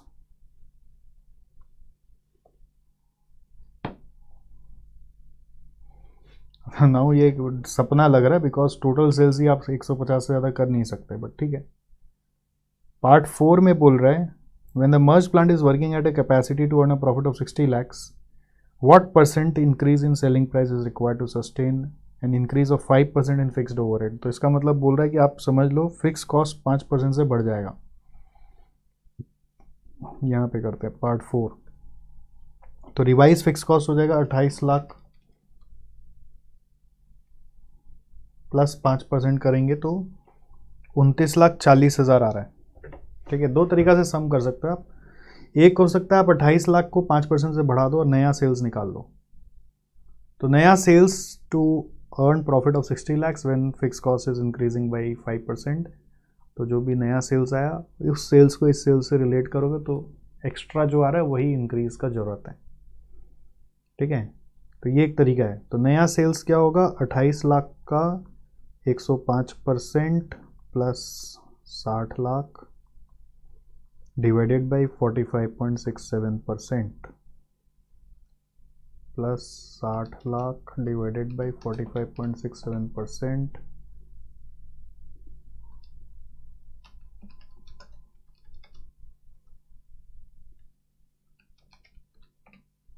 तो ये आ रहा है 195.75.213 195.75.213। ठीक है, सो इन दोनों का परसेंट बना लो, divided by 192.68,666। So this is coming, increase कितना हो रहा है 1.0159 आ रहा है। तो कितना परसेंट से इंक्रीज हो रहा है आप देख लो।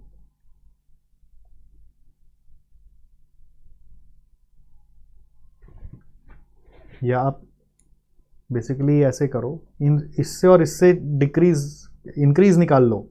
195.75.213 माइनस 192.68,666। ठीक है, डिवाइडेड बाई 192.68,666। सो एक्चुअली इसका आंसर आ रहा है 1.59% इंक्रीज। बट आप इंस्टीट्यूट का सॉल्यूशन जब देखोगे इसका तो वो ऐसे नहीं किया है। मैंने क्या किया, 29.40, एक 40 एक्स्ट्रा कमाना पड़ेगा फिक्स कॉस्ट का एक्स्ट्रा। ठीक है, तो उसके चक्कर में नया सेल्स कितना करना पड़ेगा मैंने वो निकाला। तो फिक्स कॉस्ट यदि बढ़ जा रहा है तो उसके चक्कर में नया सेल्स क्या होना चाहिए मैंने वो निकाला। और ये सही है, मेरे हिसाब से ये ज़्यादा सही है, क्योंकि फिक्स कॉस्ट बढ़ेगा ना तो उसका कॉम्पेंसेशन सेल्स से यदि करना है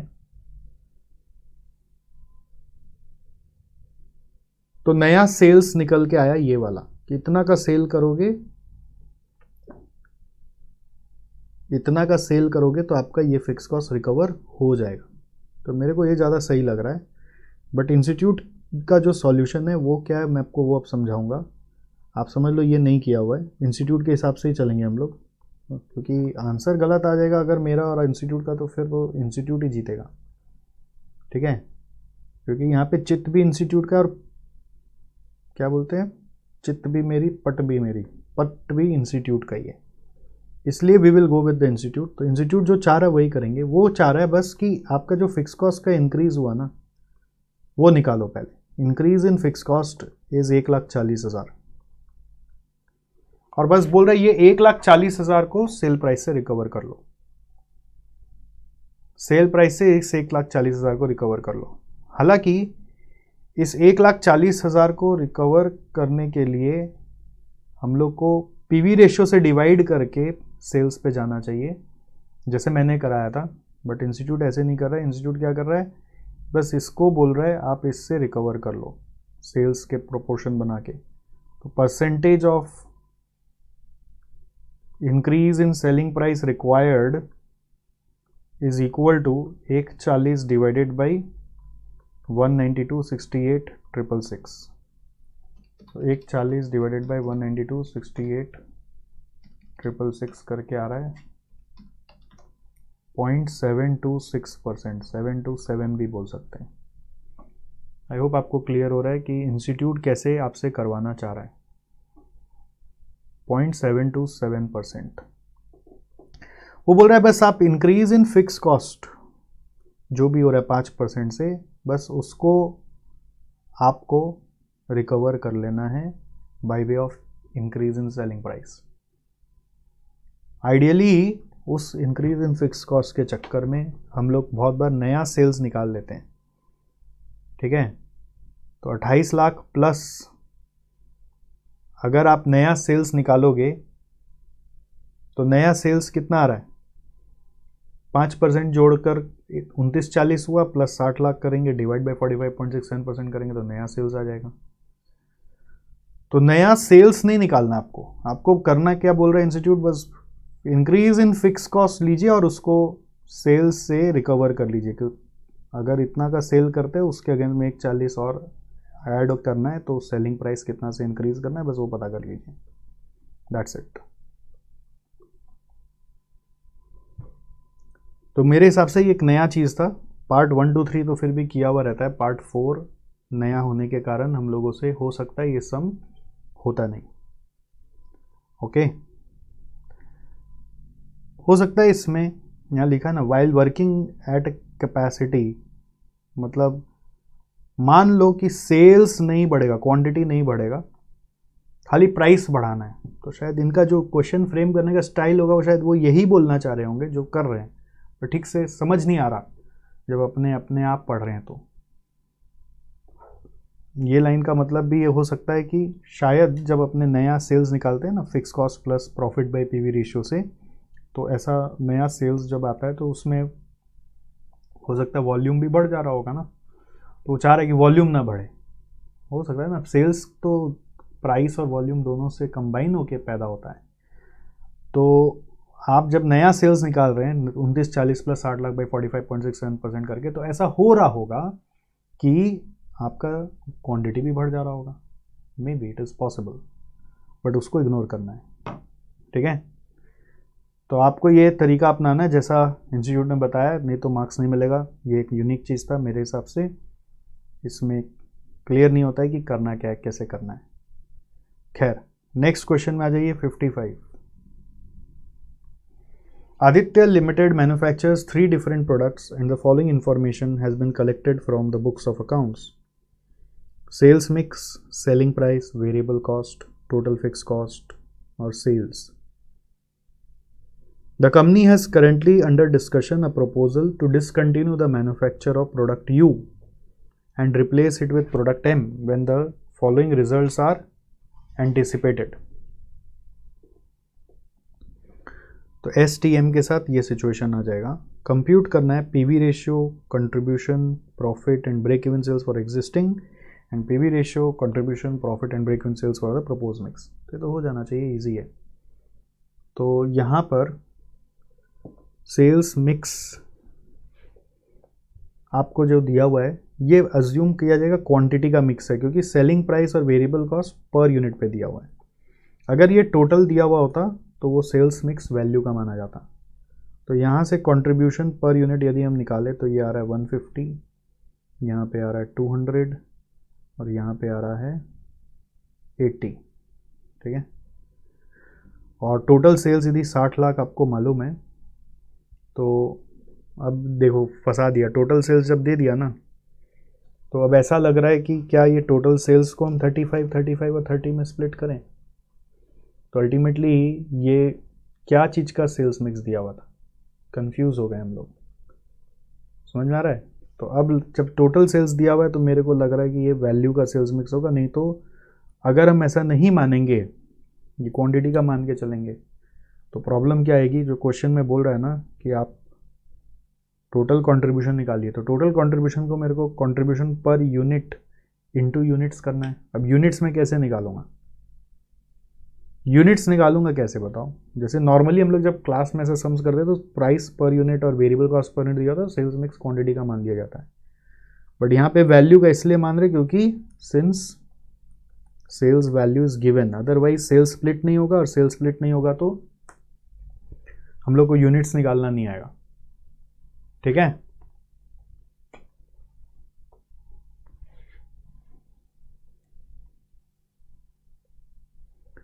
सो सेल्स आप स्प्लिट कर लो, सेल्स वैल्यू यदि गिवन है, यहाँ पे एक प्रिंटिंग एरर लग रहा है मेरे को, ये यू के नीचे डाल दिया, ठीक है। बट ये यू का फिक्स कॉस्ट नहीं है, ये यू के नीचे डाल दिया गया है। एक्चुअली इसको टोटल कॉलम बना के यहाँ पे डालना था 18 लाख और 60 लाख, ये ज़्यादा लॉजिकल है। ठीक है, तो ये यू के नीचे डाल दिया, बट यू का वैल्यू नहीं है, ये 60 लाख टोटल में है और 18 लाख तीनों का टोटल है। इसमें भी ऐसा ही किया गया। हाँ, तो टोटल कॉलम बना के 18 लाख और 64 लाख देना था। मान लो प्रिंटिंग मिस्टेक है। सो अपने 60 लाख को ब्रेक कर सकते हैं। इस 60 लाख को 35% में डाल दीजिए तो आ रहा है 21 लाख, फिर 21 लाख और 18 लाख। तो ये सेल्स का ब्रेकअप आ गया। फिर सेल्स और सेलिंग प्राइस से यूनिट्स आ जाएगा।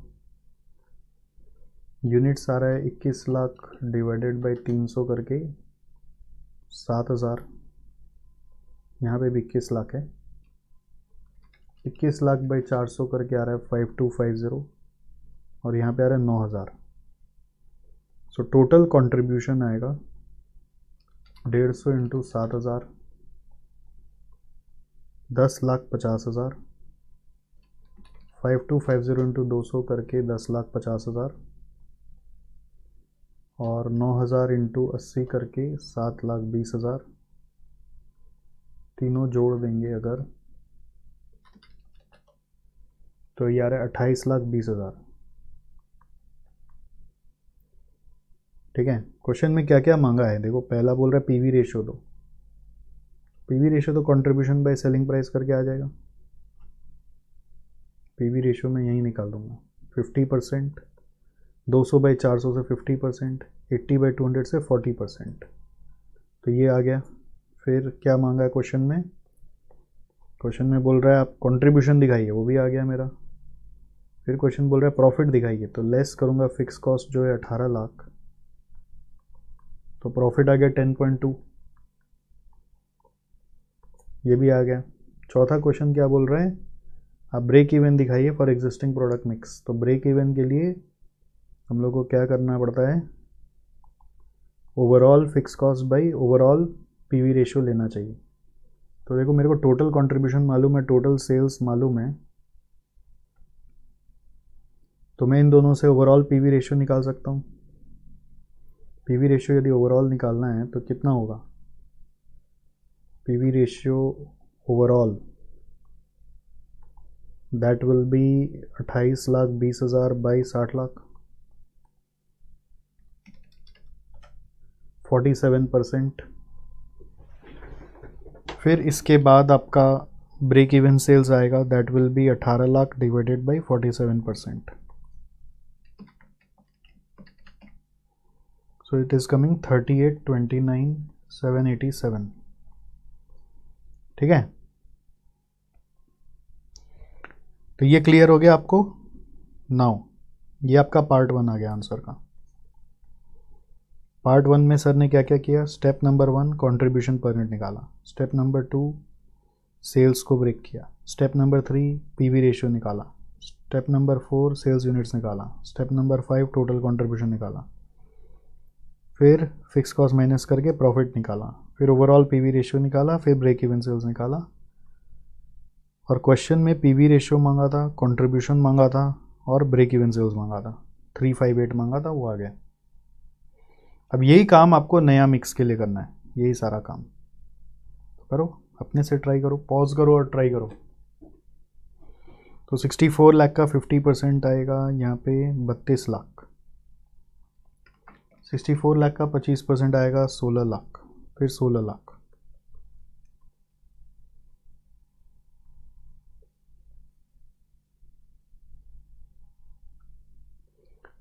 फिर यूनिट्स 32 लाख बाई 300 करके आ रहा है 10667। फिर यहाँ पे आएगा 4000, 16 लाख बाई 400 करके, फिर 16 लाख बाई 300 करके आएगा 5333। तो ये सेल्स ब्रेक हो गया। फिर यूनिट्स आ गया, फिर निकाल लिया मान लीजिए कंट्रीब्यूशन पर यूनिट 150, 200, 150, फिर निकाल दिया पीवी रेशियो। कोई ऑर्डर फॉलो करना जरूरी थोड़ी है। 50%, 50%, 50%, ठीक है। फिर निकालेंगे टोटल कंट्रीब्यूशन। टोटल कंट्रीब्यूशन आएगा 150 into 10667,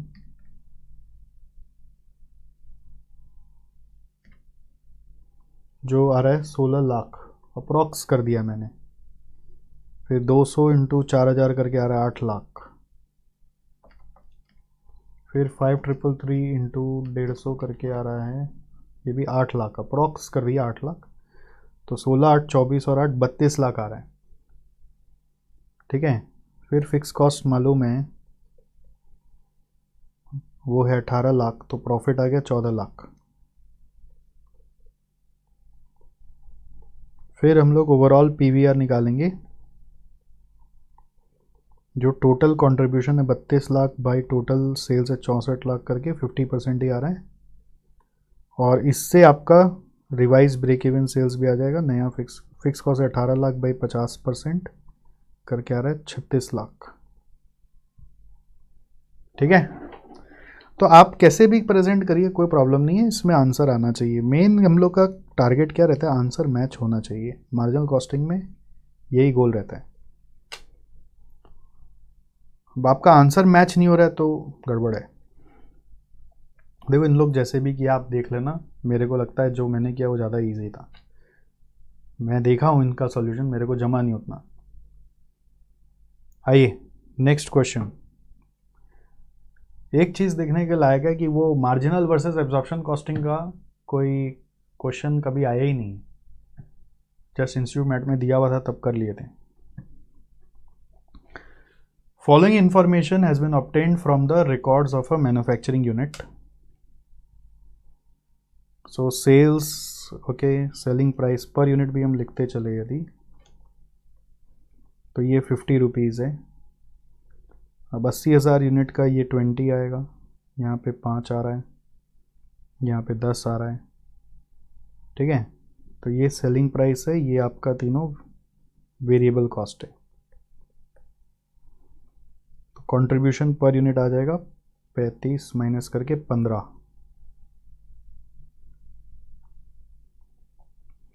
number of units by selling which the company will neither lose nor gain anything, तो यानी ब्रेक इवन पूछा है। तो that is 720 is your fix cost divided by 15। 720 by 15 करके आ रहा है 48,000 यूनिट्स।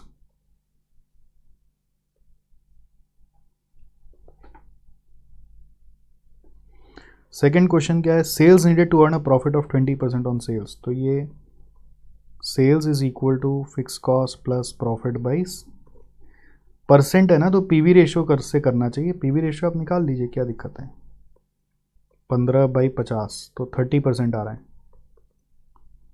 तो this will be written as sales is x, fix cost is 720, profit is 20% on sales, so 0.2x by 0.3। इसमें सॉल्व करके x का वैल्यू आ रहा है 720 divided by 0.1, 72 lakh rupees. और यूनिट्स में जाएगा तो डिवाइड बाई 50 करेंगे तो आ रहा है 1,44,000 यूनिट्स। थर्ड है extra units which should be sold to obtain the present profit if it is proposed to reduce the selling price by 20% and 25%. Reduce the selling price by 20% और 25%, तो दो case हो गया। तो सेलिंग प्राइस ये मान लीजिए आपका पार्ट 1 हो गया, ये मान लीजिए पार्ट 2 हो गया। अब पार्ट 3 में आ रहे हैं। सेलिंग प्राइस का दो केस बोल रहा है, 20% से रिड्यूस हुआ और 25% से रिड्यूस हुआ। तो नया सेलिंग प्राइस क्या आएगा, 20% रिड्यूस हुआ तो 40, 25% से रिड्यूस हो गया तो 37.5। वेरिएबल कॉस्ट पर यूनिट है 35 दोनों में। कंट्रीब्यूशन पर यूनिट है 5 और 2.5। और आपको बोल रहा है extra units to be sold to obtain the present profit. तो प्रेजेंट प्रॉफिट हमारा है 480। तो पहला केस में यूनिट्स टू बी सोल्ड क्या होगा? यूनिट्स टू बी सोल्ड पहला केस में 480 is your desired profit and fix cost is 720। तो 720 प्लस 480 डिवाइडेड बाई 5 रुपये। तो 720 प्लस 480 बाई 5 करके आ रहा है 720 प्लस 480 बाई 5 करके आ रहा है 240। और प्रेजेंट सेल्स है हमारा 80,000। तो एक्स्ट्रा अपने को कितना बेचना पड़ेगा? 160। ये हुआ फर्स्ट केस, ओके। और सेकंड केस में 720 प्लस 480 डिवाइडेड बाई 2.5, तो और ज़्यादा आ जाएगा, 480 आ जाएगा। और 80,000 है तो यहाँ पे 4 लाख यूनिट्स और बेचना पड़ेगा।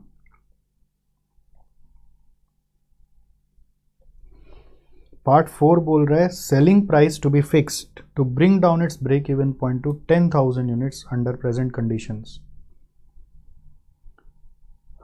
पार्ट 4 भी कर देंगे। बोल रहा है ब्रेक इवन, बोल रहा है 10,000 पे ले आओ। तो अगर ऐसा करोगे तो fix cost by contribution per unit should be equal to 10,000। तो फिक्स कॉस्ट तो चेंज नहीं करना है अपने को। तो 7,20,000 by contribution per unit is equal to 10,000। तो कंट्रीब्यूशन पर यूनिट कितना आना चाहिए? 72 आना चाहिए। 720 बाई 10,000 करके। और अगर कंट्रीब्यूशन पर यूनिट 72 है, वेरिएबल कॉस्ट आपको पता है 35 है, तो नया सेलिंग प्राइस आ जाएगा।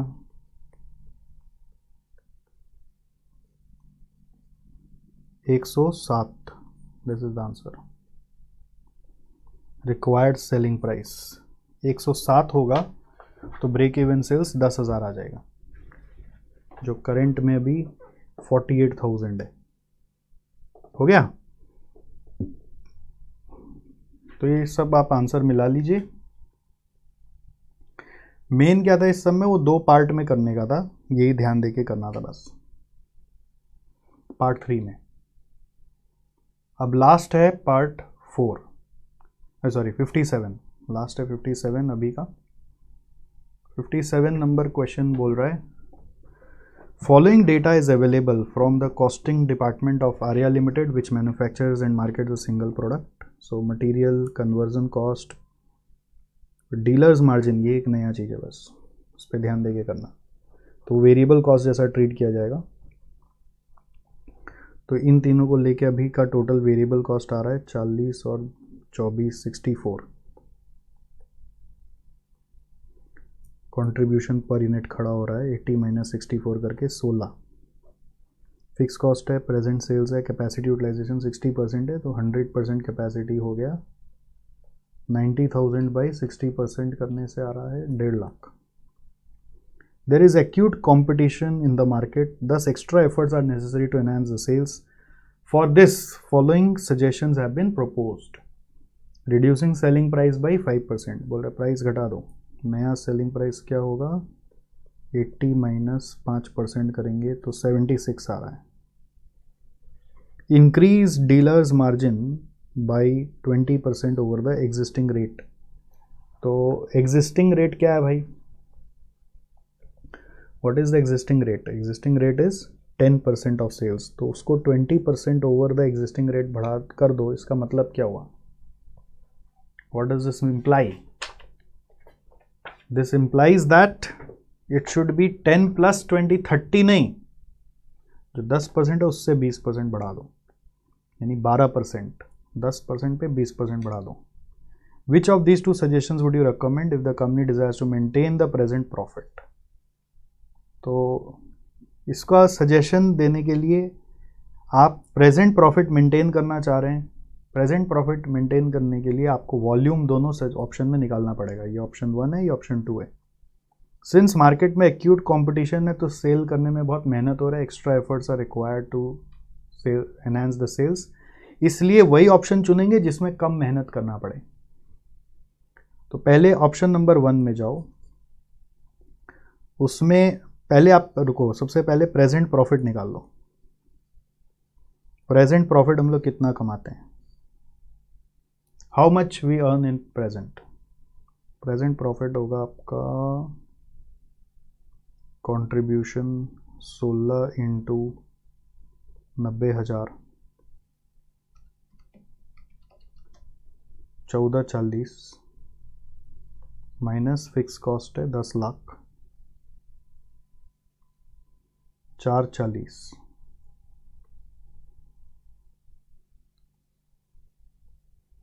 प्रॉफिट आ रहा है 440, ठीक है।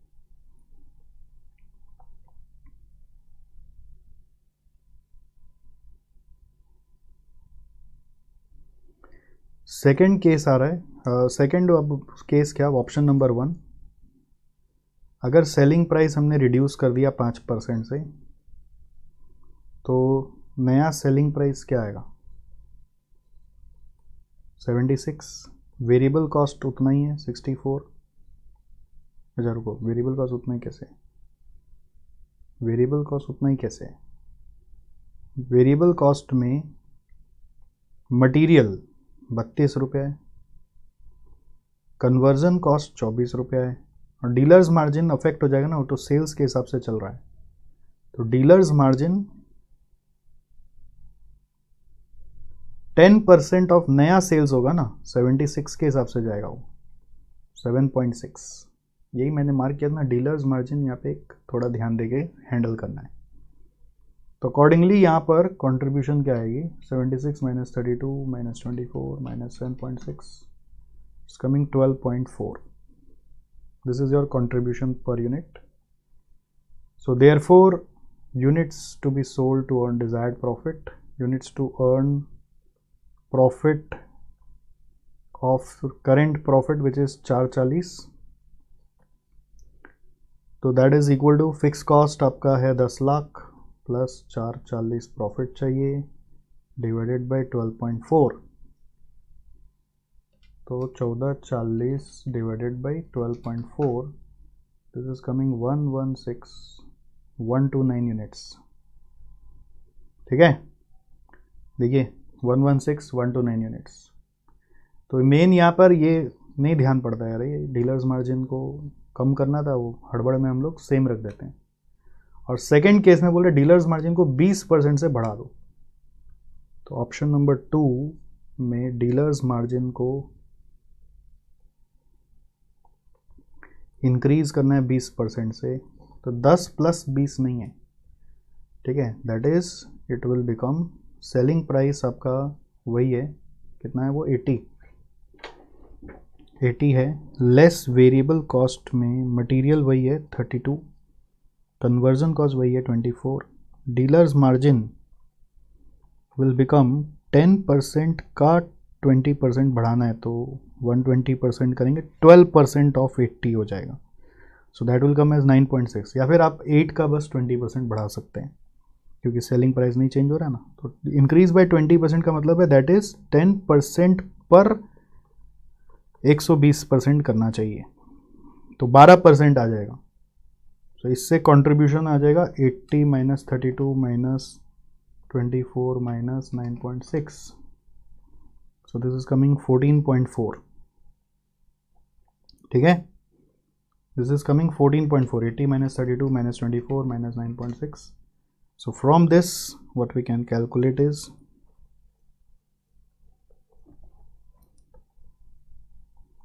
therefore break even sales sorry, from this units to be sold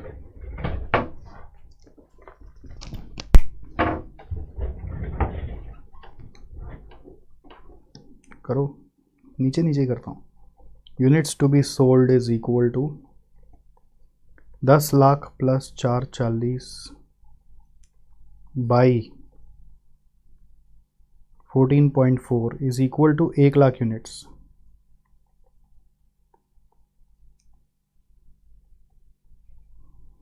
So by comparing we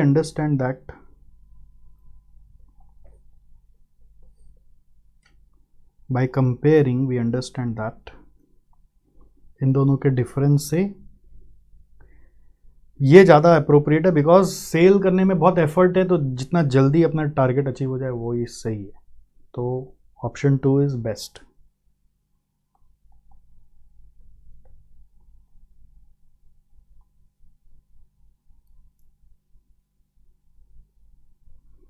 तो अगर हम 116129 बेच लिए ऑप्शन 2 फॉलो करके, तो प्रॉफिट आने लगेगा ना. तो option 2 is best.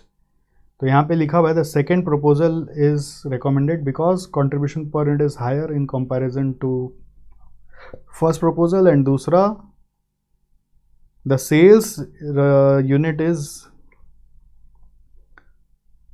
lower as against 116129 in the first proposal. This means a lower sales effort and less finance would be required for implementing the proposal. जितना सेल्स कम करना पड़े उससे अगर प्रॉफिट आ जाए तो वर्किंग कैपिटल भी कम ब्लॉक होता है. तो आई थिंक ये कमेंट को भी अच्छे से देख लेना, क्योंकि एग्जाम में क्या होता है ना, वो लोग कमेंट का 2 मार्क डाल देगा और वो 2 मार्क एग्जैक्टली ये 2 पॉइंट मिलेगा तो नंबर मिलेगा, नहीं तो आप लिख के आएंगे खाली ऑप्शन 2 इज बेस्ट तो उसका नंबर काट लेगा, 1 2 नहीं लिखा हुआ बोल के. तो कमेंट को भी ऐसा देख लेना चाहिए. Next is your assumptions of CVP analysis. Assumptions of CVP analysis are just opposite of limitations that we studied before. तो assumptions में क्या क्या है देखो, कि एक तो आपको बेसिक पढ़ाया जाता है selling price per unit, variable cost per unit और फिक्स कॉस्ट कांस्टेंट रहेंगे. फिर अगर मल्टीपल प्रोडक्ट्स है तो सेल्स मिक्स भी कांस्टेंट रहेगा. ये 2 तो मुझे ध्यान है. फिर बोल रहा है और क्या क्या assumption है, changes in level of revenue cost arises only because of change in number of product और service units produce and sold. और अगर कोई भी रेवेन्यू और कॉस्ट में चेंजेस आएगा तो that will only be due to changes in units produce और सोल्ड. बाहर के और कोई फैक्टर से कोई चेंजेस नहीं आएगा.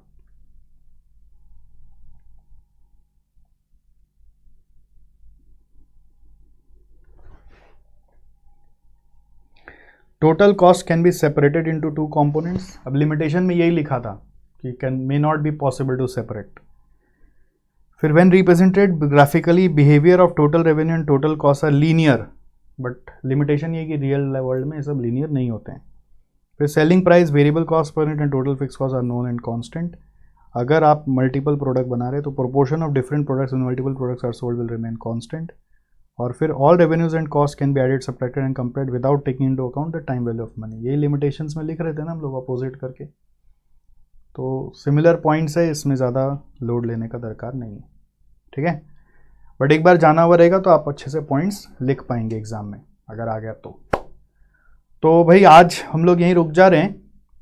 अभी MTP May 21 तक का हो गया है. इसके बाद का अलग से वीडियोस आते रहेगा, पहले भी आपको बताया हूँ. मतलब इसके बाद अब चैप्टर वाइज आएगा, उसका डाउट है, अब पेपर वाइज आएगा, तो वहाँ से आप करते जाइएगा. ठीक है, चलिए मिलते हैं. Thank you so much.